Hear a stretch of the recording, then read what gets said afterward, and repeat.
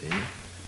This cry of justice or else, that's not a moment in time, that's a movement. We're going to be on this from here until we receive total and complete justice and liberation. And all over America, black men and women are coming up dead. Sometimes it's because of the internal warfare and strife in the black community. But oftentimes, more than not, it is from corrupt forces in law enforcement. Those in the white supremacist movements and groups that are killing black people. Well, a couple of weeks ago, something was brought back to our attention.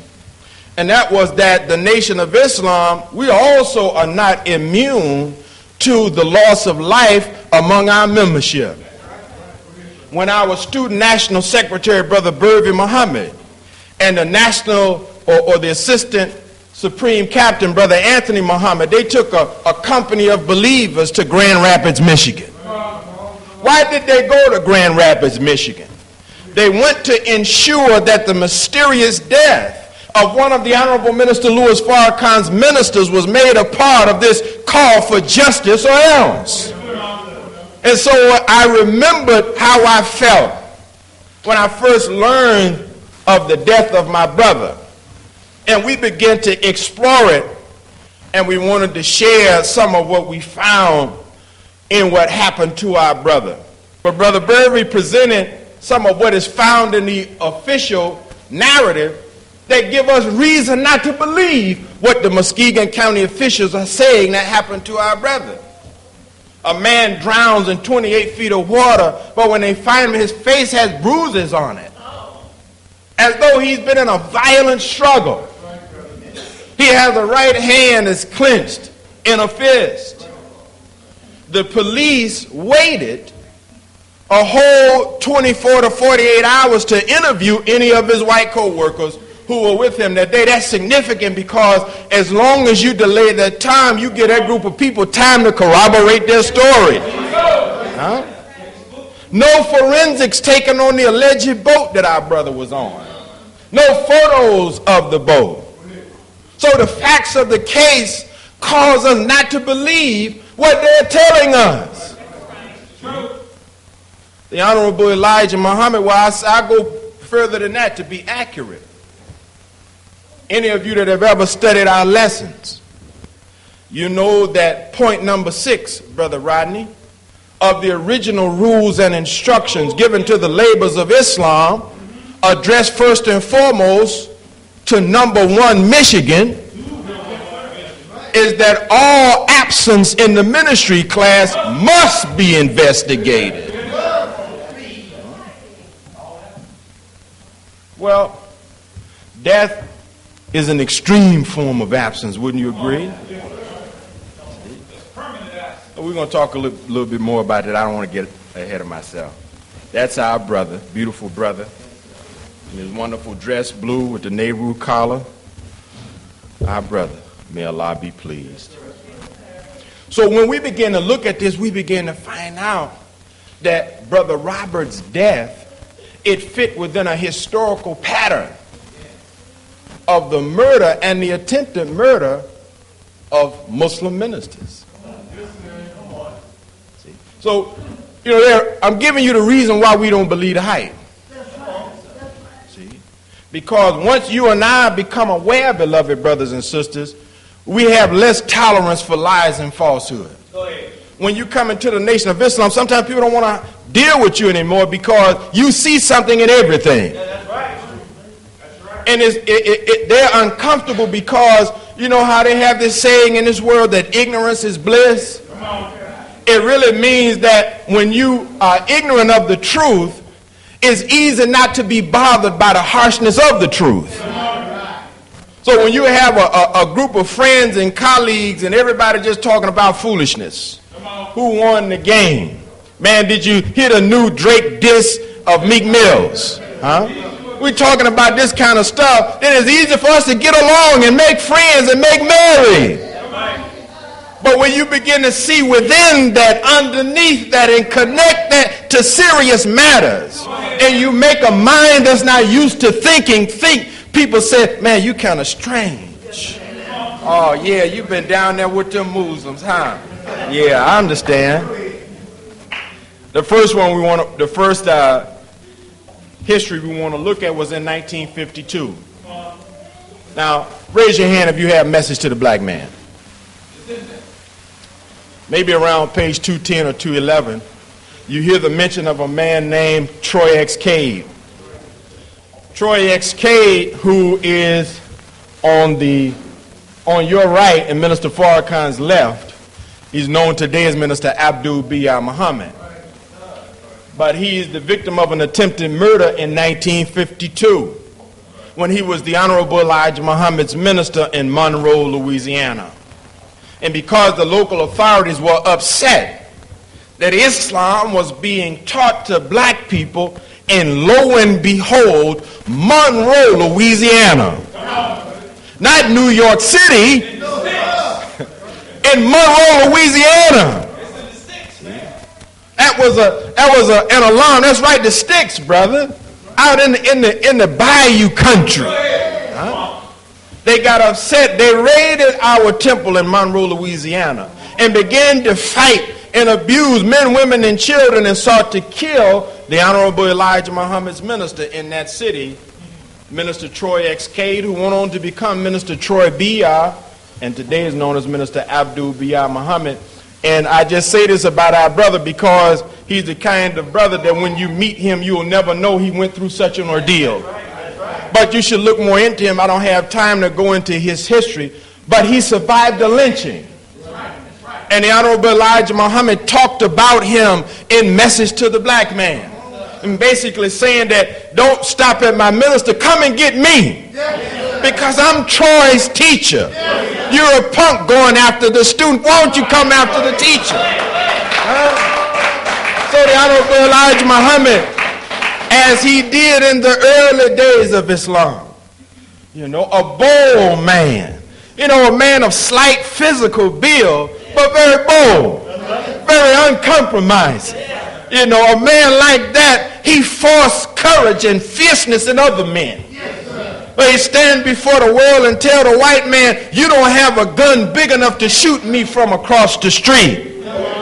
In Detroit, Michigan, when they arrested the teachers in the early days of Islam, because quiet as is kept, the first clash that the Nation of Islam had with law enforcement was over the education of our children. And when they arrested the teachers, the messenger went down and said, wait a minute, I'm the boss in charge of them. Don't arrest them, arrest me. He wasn't somewhere hiding. He went and got right in the midst of the fire and of the fight. And the Honorable Minister Louis Farrakhan is the same today. This is the most popular one. Yeah. I know what you're thinking. But didn't y'all kill Malcolm? No, we did not kill Malcolm. And if you would study and get beyond the movie, get the movie out of your mind. I know you're thinking about Brother Baines. You're thinking about Shorty. You're thinking about all these fictional characters. And they have informed your idea that it was the Muslims that killed Brother Malcolm. We did two-hour presentations on this subject. But the long and the short of it is that while people run around saying that the nation killed Malcolm, it was the FBI that took credit for Malcolm's assassination. But you don't know that.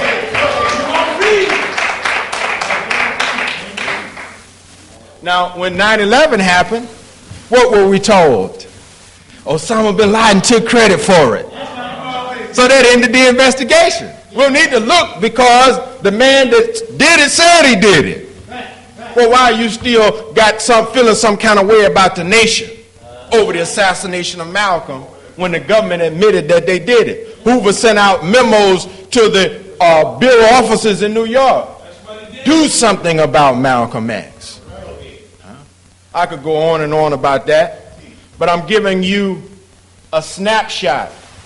Any one of these histories that we're introducing to you is open for further exploration. But I'm giving them to you in a bite-sized version because they fit within this narrative that we're presenting to you today of why we don't believe what happened to our brother is what they say happened to our brother. And why it's important for you and I. Because this ain't just about Brother Robert in Grand Rapids. You know that, right? Okay, I just want to make sure we're clear. 1965. This is very fascinating. Minister Lewis X of Winston-Salem, North Carolina. The official report said that he shot 2 other people and then shot himself in the head. So the Honorable Elijah Muhammad put out a $25,000 reward because he said, we don't believe that our brother did that. That's not our way. We are taught in the Holy Quran this: die not unless you die the death of a Muslim. And we stand on that. We believe in that. So that means we're not going to end our life in a strip club. Our life will not be ended in a bar. Our life will not be ended in the bedroom of another man's wife. Our life will not end when we're on the block selling crack to our people. See, because to die the death of a Muslim, you got to first live the life of a Muslim. And then death just finds you in your practice of righteousness. 1966. Right up the road. Our brother, the great minister Clyde Rockman. Fascinating brother from Greenwood, Mississippi. Incidentally, Minister Clyde, got some Greenwood members in the house? Praise be to Allah. I'm from the Delta. I'm a son of the Delta. So we can represent. But Minister Clyde is a beautiful brother and helper of the Honorable Elijah Muhammad, was a columnist and writer for Muhammad Speaks newspaper, and covered Mississippi in the South along with Minister Jeremiah Shabazz. And the Honorable Elijah Muhammad appointed him as his minister in St. Louis, Missouri. And he also helped establish Muhammad's Mosque in Kansas City, Missouri. Well, in 1966, they tried to kill him. They shot him and 3 other brothers. One of the brothers they did kill. Minister Clyde was shot in the head. But Allah blessed him to survive. We serve a mighty God now. See, because, you know, I don't want you to have this overcast of fear, because I'm giving you this history. Maybe it could be looked at as how Minister Ava characterized Minister Farrakhan the other night. We were so happy and honored to have Minister Ava here in the city. That's right.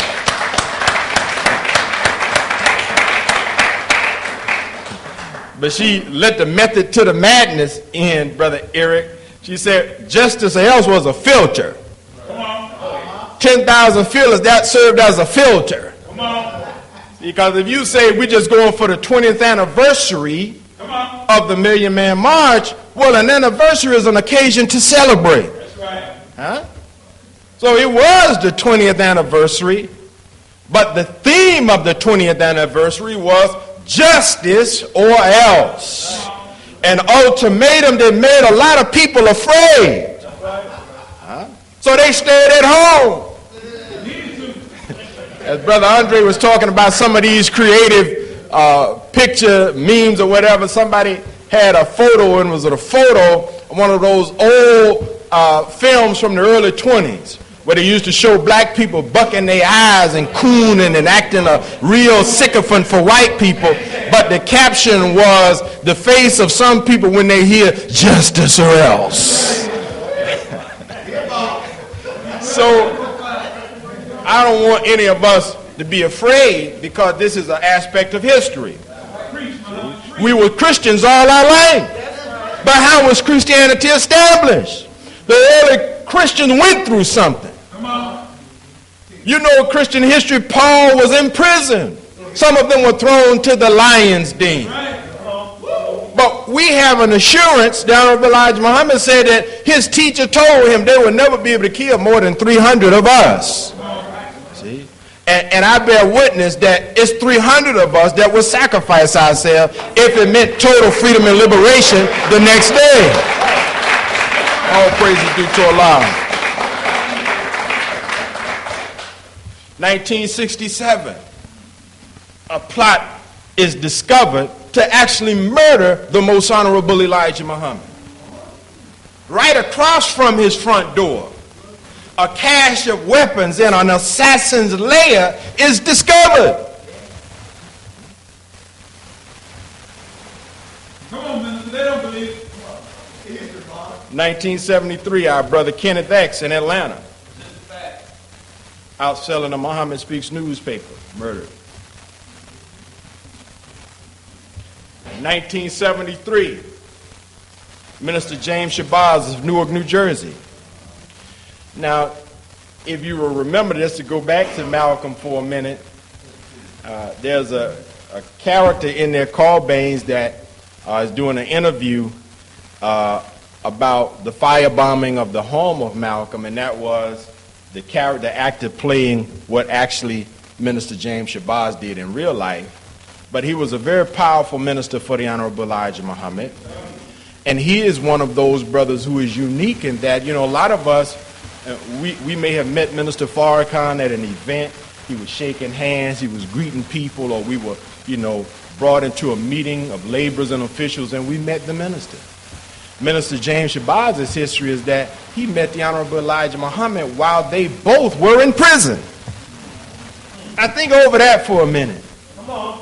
You meet a man that claimed to be the messenger of God, but he's in prison with you. Now, some people might say, well, man, if you're the messenger of God, what you doing in here with me? But again, the Honorable Elijah Muhammad is unique. He never had a trial. He doesn't even really have any official charges. You can go and look for it. See? Scholars say that he was arrested for sedition, but he was never tried. He said the FBI told him, we are putting you away because the president does not want you out here teaching while he's prosecuting a war in Japan.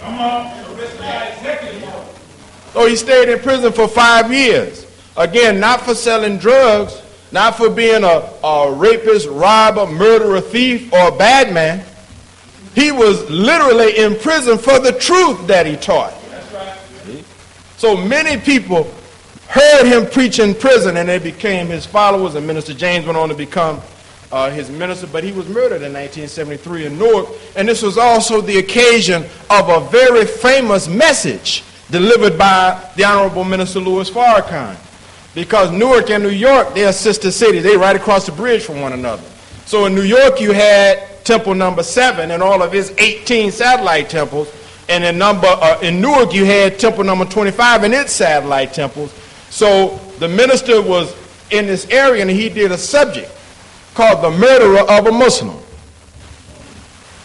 It's a very classic message that I recommend you listen to from the Honorable Minister Louis Farrakhan in 1973. 1971, Minister Joe X. Peace of Tyler, Texas. He was killed by a disgruntled radio DJ in an argument about the Honorable Elijah Muhammad's radio program. See? Again, a man losing his life in the cause of truth. And that has some other historical aspects to their story pertaining to how the Honorable Elijah Muhammad reacted to the murder of Minister Joe X, whom he loved. That's a subject for Monday night. Okay? FOI class. 1971. This one is very similar to what happened to Minister Robert D. in Grand Rapids. Brother Donald X was the assistant minister and captain in Seattle, Washington. And guess how he died? They say he mysteriously drowned. In all of the papers, nobody believed it, because he was a man much beloved by the community, as was Minister Robert in Grand Rapids. So there's a direct precedence to what happened to our brother. And you should know that during our time of enslavement, it was not uncommon for the slave master to kill slaves and never have to answer for it. If I had time, I'll walk you through the slave codes. See, we need to look at the slave codes today. Then we will understand why we can't get justice. See, the slave codes expressly forbid the prosecution of a white man for the murder or maiming of a black man or woman. That's in law in the United States of America. Minister Raymond X, this is during the time of the rebuilding. 1982, violently murdered in Houston, Texas. 1962, Secretary Ronald T.X. Stokes, Los Angeles, California. And again, we go back to Mississippi. The mysterious death of a young man named Andre Jones.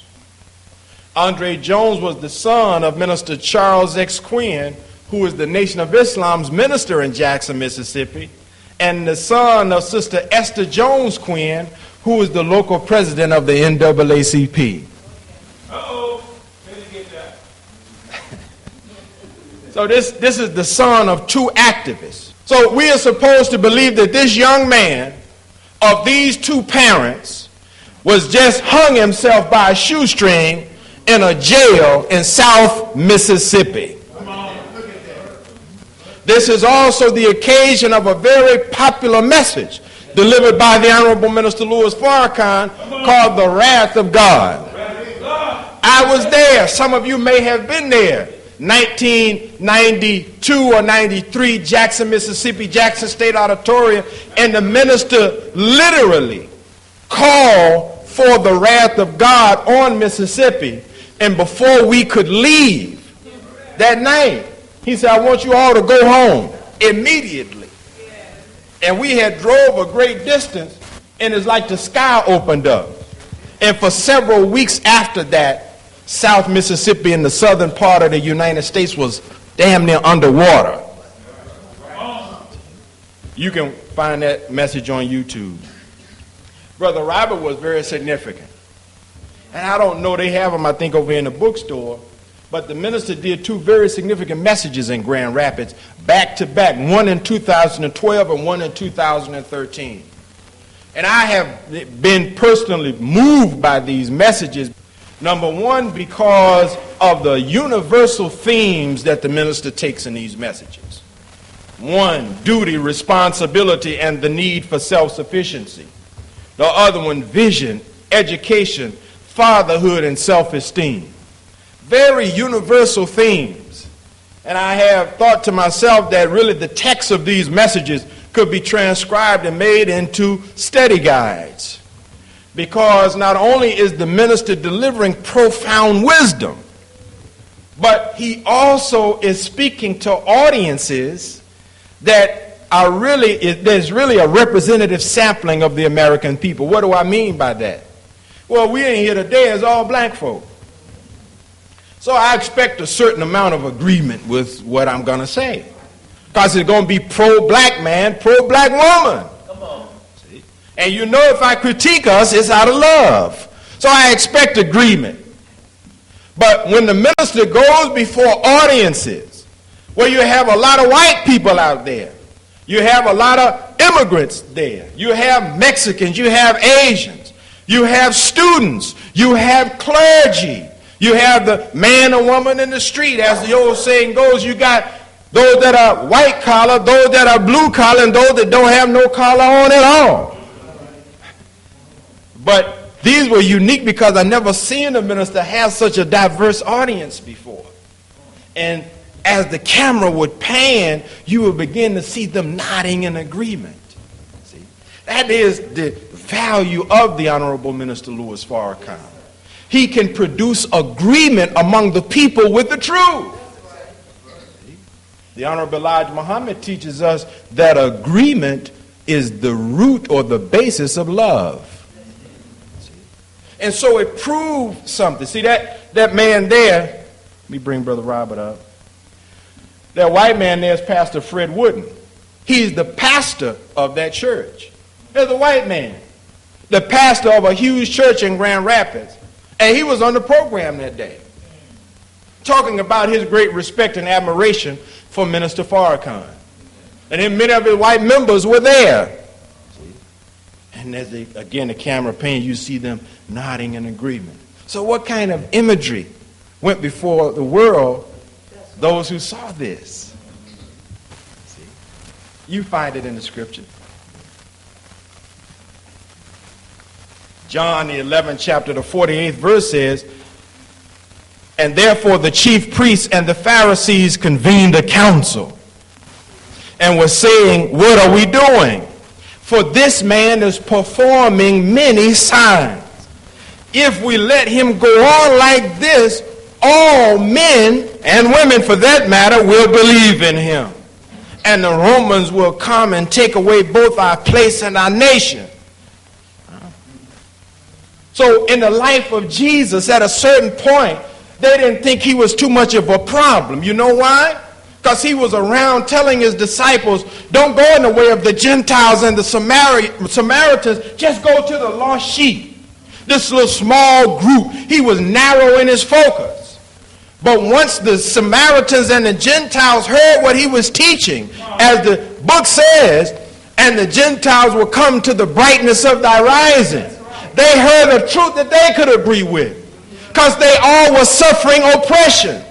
They all were suffering injustice and inequality. So in that portrait of the minister's addresses in Grand Rapids, you get a chance to see the reality of this verse. That if Minister Farrakhan is allowed to teach the people without hindrance, without obstacle, without being misrepresented or misinterpreted, all of the people, now when I say all, I'm not just talking about all black folk. I'm talking about all people will believe that this is a man of God. You know, the Honorable Minister Louis Farrakhan did Student Minister Roberts' Janazah service. And in it, he reminded us of something. Again, it's a comfort to those who believe. He gave us a quote from the Honorable Elijah Muhammad that he got from his teacher, Master Farad Muhammad. Said, Elijah, if they kill one of your least, I will kill 10 of their best. And then the minister added this. He said, Brother Robert was not one of his least. So we have a mighty God with us. And in this interview, which was the first interview done by the Most Honorable Elijah Muhammad in Cavalier magazine, he was talking about, as we already mentioned, the murder of his secretary, Ronald T.X. Stokes. And immediately after Secretary Ronald was killed, he pointed to some people, powerful white people who were killed in an accident. And he said that was the doing of Allah. So you can go and look and see what's happened in the aftermath of Brother Minister Roberts' passing to see for yourself. I want to move into the view of our enemies toward Islamic leaders. And you know this is the case today because of what you see on Meet the Press, Matt Lauer and them, and the Today Show. Everybody's talking about the evil of Islam. Well, the Honorable Elijah Muhammad said the white man of America is well informed through his scientists and scholars who are paid just for studying the problems of prophecy, and especially the future destruction of America, which he knows is fast coming. His greatest mental burden and physical strain at the present time is how to prevent the spread of Islam among his ex-servitude slaves in these last days. So the fact that you and I are becoming Muslim is one of his greatest burden, his greatest burden. See? So, you know, there's a whole strategy that Jesus talked about. It's called smite the shepherd, scatter the flock. See? So I know we run around here, I remember people talking about, man, how George W. Bush was so stupid and so dumb. And I would say, you really believe that act he's putting on? You should, number one, consider the man at least, you know, intelligent because he got himself elected to the office of the president. I mean, that takes a certain amount of skill, or nowadays cunning, craftiness, trickery, which are never indicators of stupidity, just of a corrupt heart. Huh? But the white man studies prophecy. You and I don't. We open the Bible and the Quran up and our minds are stayed in the past. Images are floating around in our mind of old Hollywood films, of people riding around on donkeys and, with palm leaves and camels in the Middle East. Beloved brother, in Scripture, prophecy of yesterday is being fulfilled today. We are living in the fulfillment of the prophecies. So go into the Bible and the Quran and then think about what's going on in the world around you. Because the white man sure is. In another place, the Honorable Elijah Muhammad teaches us that the ultimate aim of this world is to destroy the preacher of truth and those who believe in him. That's his ultimate aim. To kill the messenger and the messengers of Allah. Why? See? Scripture says this in another place. Revelations in the Bible. And Satan has come down with great wrath because he knows he has but a short time to live. Check this out. See, because exploring, Brother Minister Roberts, research is sometimes like jumping down a rabbit hole, Brother Eric. Yes, sir. You go after one thing, you may end up somewhere else. But it's all a fun journey. And so exploring the death of our brother, we ended up going into the history of our enslaved ancestors. Because Islam among black people under our enslavement has always been feared. Read what this scholar has to say. It says in the early 16th century, the Spanish crown, who were involved in the slave trade, they aimed at reducing slave rebellions. They attempted to prevent the importation into the colonies of Africans deemed the most pugnacious, meaning the one most difficult to deal with. The ones who were prone to, when the slave master went to sleep at night, they would be awake finding out how they could take the slave master out. Listen to what they said. The crown and its colonial officials varied on their opinions as to which Africans were the most bellicose. Another fancy word, difficult to deal with. But two categories appeared most consistently in such commentary and legislation. These were the Muslims or anyone of African descent who may have been exposed to Islam, which periodically included mulattoes, Ladinos, or Hispanicized blacks, and anyone from Guinea and the Wolofs, as Spaniards tended to term them, described in royal legislation as arrogant, disobedient, rebellious, and incorrigible. So on the plantation, they was looking out for Muslims. Because the presence of Islam meant that you were not going to endure your slavery quietly. All praise is due to Allah.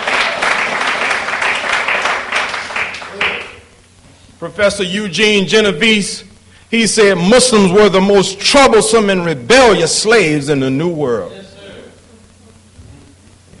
Think over that. See, in Islam, we say we bow down and worship nothing and no one but Allah. In Islam, we are taught that persecution is worse than slaughter. In Islam, we cannot serve two masters. We only submit and bow down to Allah. So they didn't want Islam among us. And if there was found to be a leader of Islam, he was the express and direct target for elimination. So there were Muslim ministers on the plantation. All praise is due to Allah. This is a scholar here, because this section of the presentation is called The Enemy's View of Islamic Leaders. This is a white man who wrote a book, wrote an essay about the black Muslims. And this is him talking about the nation of Islam. He says, I now and then sat at a distance when I was growing up. I remembered the black Muslims as a symbol of male self-possession and potency. in my racial imagination, they could meet me face to face, but not on my own terms. They respected something that they represented, something that I never otherwise encountered as an adolescent. A cultural way of being American that was close enough to engage me, compete with me, put demands on me, but independent enough to resist me, and even ignore or mock me. I never felt so white, so contingent and vulnerable as when I encountered the black Muslims.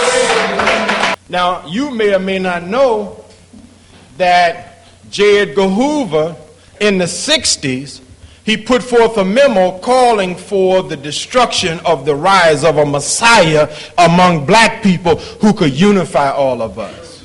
And you know he profiled Malcolm. You know he profiled and followed Stokely Carmichael, Dr. King, and the Honorable Elijah Muhammad, but he didn't stop there. Hoover profiled the 9 most active ministers of the Nation of Islam.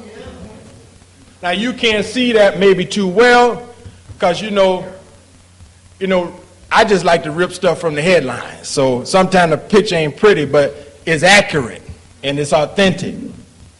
But look who's at the top center. Top center. That's a young Louis Farrakhan. See?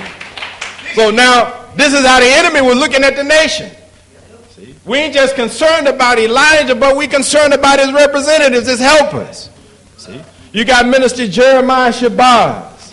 If you was here and you got a chance to hear Dr. Sophia Shabazz earlier in the year, that's her illustrious father. Minister Farrakhan, Minister John Shabazz, who today is Minister Abdul Allah Muhammad. Minister Bernard Kushmir, who is now Minister Jabril Muhammad. Minister in PhD in mathematics, Dr. Lonnie 3X Cross of Washington, D.C., the great and legendary Minister Isaiah Kareem of Baltimore, and the brother that we already talked about who was murdered in Newark, Minister James Shabazz of Newark, as well as Minister James Shabazz of Chicago, who went on to establish the West Side Mosque in Chicago, and Malcolm X's brother, Wilfred X. Little of Detroit. So, if the government is interested in the neutralizing of these kinds of figures, see, again, all absence in the ministry class must be investigated. This is a favorite character of mine, Mr. T. Lothrop Stoddard.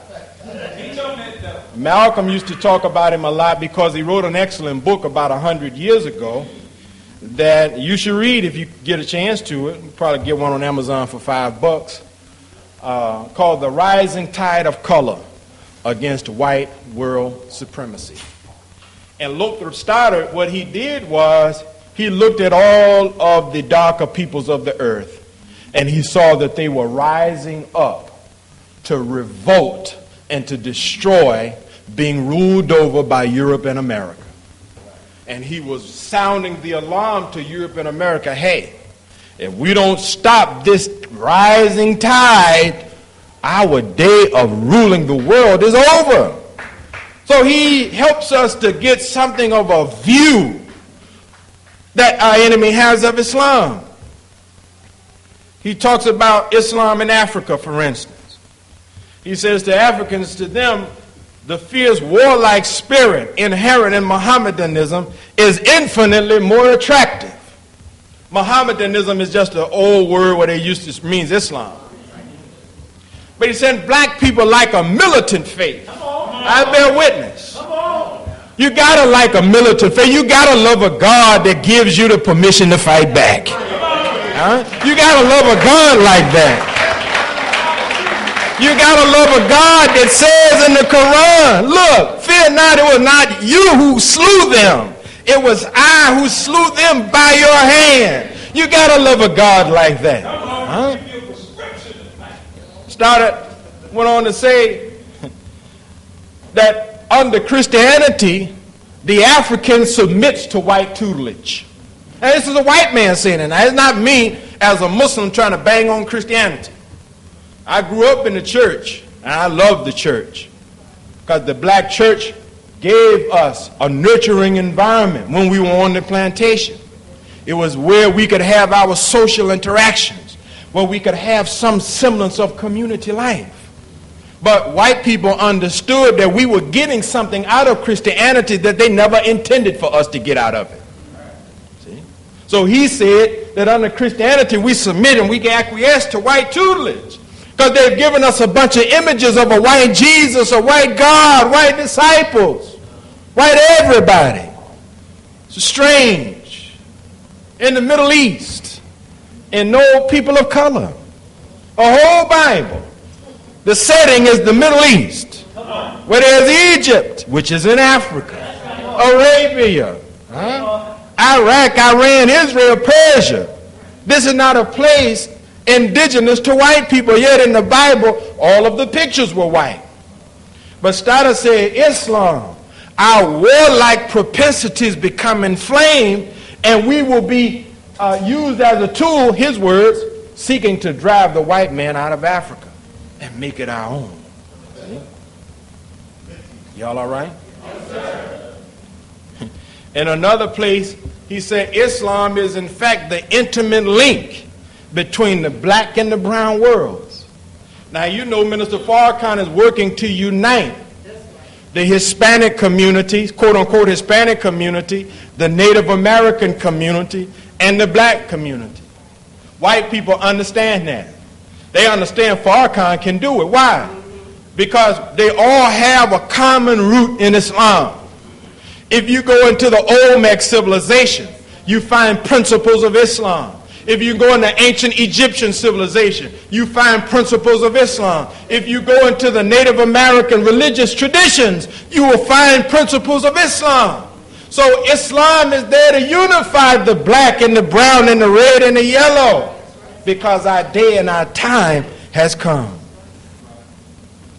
Stoddard went on to say, and this is very important, because black people always say, how come we can't unite? Look at what white people understand. Mohammedanism or Islam can still give the natives a motive for animosity against Europeans and a unity of which they are otherwise incapable. Think over that now. Think over that. As we wind down, this is one of my favorite books, written by Professor Sylvia Ann Dioff. It's entitled Servants of Allah, African Muslims Enslaved in the Americas. And it documents that the majority of those black people, our ancestors, who they brought from Africa, most of them were Muslims. This is a historical fact. But what was very fascinating about this and its connection to the murder of Minister Robert D. and the murder of Muslim ministers in the global attack on Islam is that she identifies it at the root of the legendary Haitian Revolution were Muslim ministers. Professor Dioff says what the French people did not realize was that their most profitable colony, Saint-Dominique, now Haiti, was fertile ground for Muslim maroons and rebels. And although large numbers of Muslims had been forcibly baptized, some had retained their original names. And she names some of them.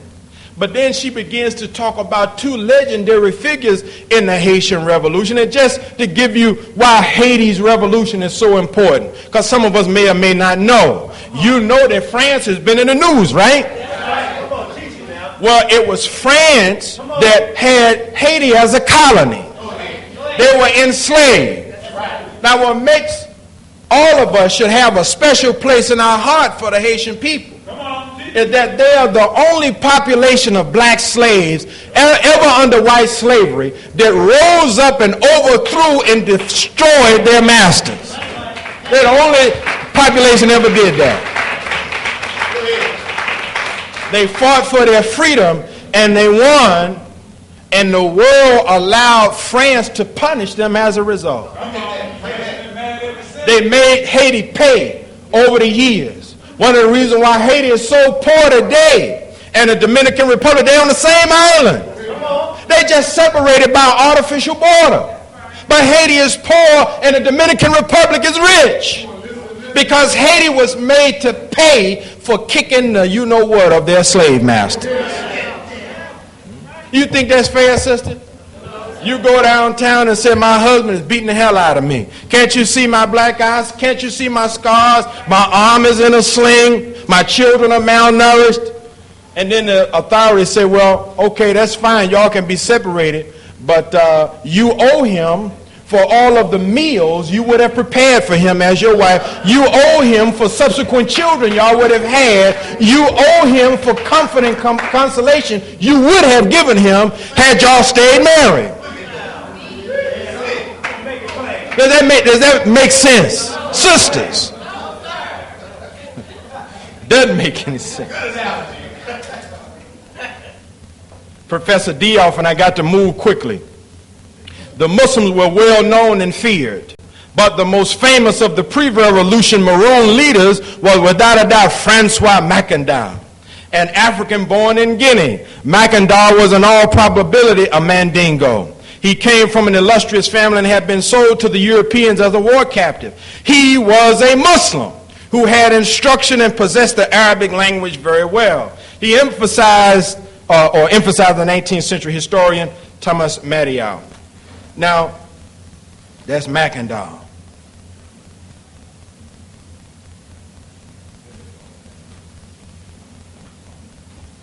Then she goes into talking about my man, Boukman.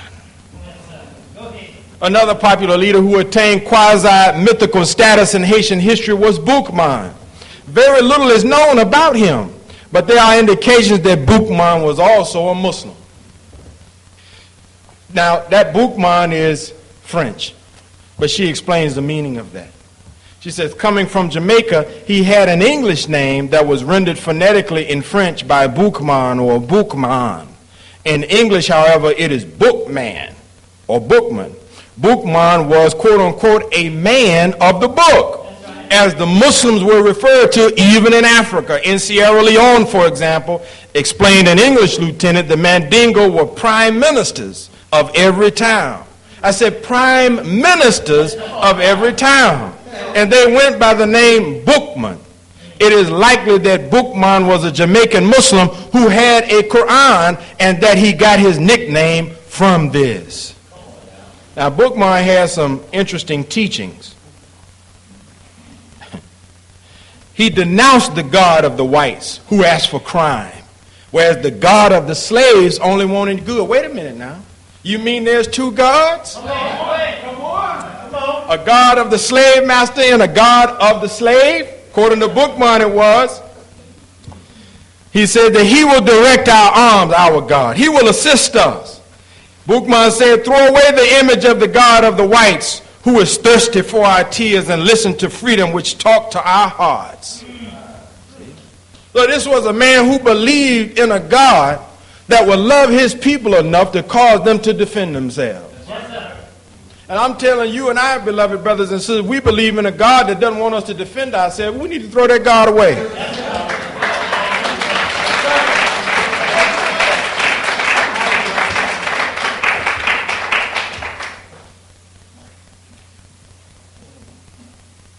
In the interest of time, I got to get this last section. Now that may seem peculiar to you, that Lazarus was Jesus' best minister. Come on. You said, well, brother, what about Paul? Yeah, Paul was good. But Paul didn't come along till after Jesus. See? Now, I'm going to prove my case. You already know I'm going to prove it. You're scratching your head. What is the brother saying? But you know I'm going to prove it. Why do I say Lazarus was Jesus' best minister? Let's get into the scripture as we land this plane. If you go into the 12th chapter of the book of John, you read, now we already know that the Jews and the Romans, they plotted to kill Jesus. But guess what? They didn't plot to kill Peter or Andrew or Thomas or John. They set their sights on Lazarus. He wasn't considered a part of the 12. But see, sometimes we look at a thing from a certain way, but you better check and see what's the view of your enemy. The Bible says the large crowd of the Jews did learn that Jesus was there, and they came not for Jesus' sake only, but that they might also see Lazarus, whom he raised from the dead. But the chief priest planned to put Lazarus to death also, because on account of him, many of the Jews were going away and believing in Jesus. Lazarus, as a resurrected man, was making converts, and this angered the Jews. It angered the Romans. So they went after this man who was making converts. Lazarus didn't have minister behind his name. He didn't have disciple behind his name, but he was a minister and a disciple in function and in purpose and in the work that he served to help Jesus win over his people.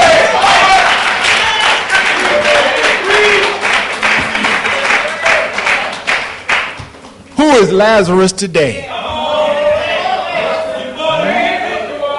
I'm looking at Lazarus today. I'm looking at black men and women that the Nation of Islam raises from the dead. So when you and I are raised from the dead, as our brothers and sisters were kind enough to allow us to let them use their before and after photo. See, on the left side, they say I was dead. Stinking in my grave, had my grave clothes on. But on the right side, you see me after I came to life. Because I heard a message from the Honorable Minister Louis Farrakhan. And now, because of the condition of my life, see, some of us say, well, brother, I'll never get up there and talk and do all this kind of stuff. You don't have to. You're still a minister. What did the Most Honorable Elijah Muhammad say? I don't want you to take my word for it. May 12, 1967, they asked him the question, how does one become a Muslim minister? His answer was, any believer who accepts the truth that God has brought to us in the person of Master Farad Muhammad, to whom praise is due forever, is automatically a minister. He may start teaching this truth, even the women, they all become ministers. All praise is due to Allah. So the point is, all of us are valuable. All of us are important. All of us help Minister Farrakhan win over our people. So we must love one another. We must respect one another. We must protect one another. We must protect this house. People talking crazy about Islam, we got to protect our house. We got to look after our women and children. We got to look after our brothers. Because we're in a time period now that the Bible calls a great and a dreadful day. It's great for the righteous, but it's dreadful for the enemy. And now Satan is angry because Islam is in America. Student Minister Robert was in Grand Rapids, Michigan, the second largest city in that state. Master Farad Muhammad chose the state of Michigan to begin the work of Islam in America, the city of Detroit. Now Detroit has the largest immigrant population of Muslims in America, in Dearborn, right outside of Detroit. And in Detroit, some of you NOI historians, you remember, Brother Rodney, one of the first assignments that the Honorable Elijah Muhammad was given to teach in was in a little hamlet called Hamtramck. Master Farad Muhammad said, you can go and teach your gospel over there in Hamtramck, Kareem. Well, 80 plus years later, Hamtramck is more than 60% Muslim. And they just elected a majority Muslim city council in Hamtramck, Michigan. So the murder of our brother in a state of Michigan, the birthplace of Islam in America, is not something we can easily dismiss. I pray that we shed some light on this subject for you, beloved brothers and sisters. I leave you as I came before you in the greeting words of peace and paradise of Assalamu alaikum.